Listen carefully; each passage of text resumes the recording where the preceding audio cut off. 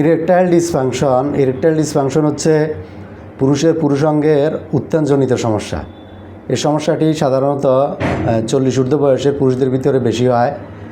High প্রেশারের ওষুধ, ডায়াবেটিসের ওষুধ, বিভিন্ন রকমের ওষুধের পার্শ্ব প্রতিক্রিয়া অথবা টেস্টোস্টেরন হরমোনের স্বল্পতার কারণে ইরেকটাইল ডিসফাংশনের সমস্যা হয়।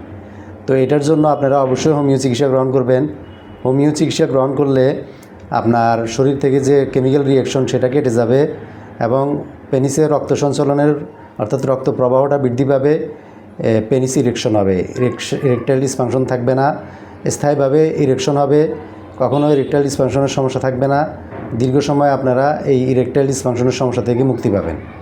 তবে অবশ্যই গভর্নমেন্ট রেজিস্টার্ড ডাক্তারের শরণাপন্ন হয়ে হোমিও চিকিৎসার মাধ্যমে এই রোগের চিকিৎসা গ্রহণ করবেন। আজকে এই পর্যন্তই। সবাই ভালো থাকবেন। আসসালামু আলাইকুম ওয়া রাহমাতুল্লাহি ওয়া বারাকাতুহু।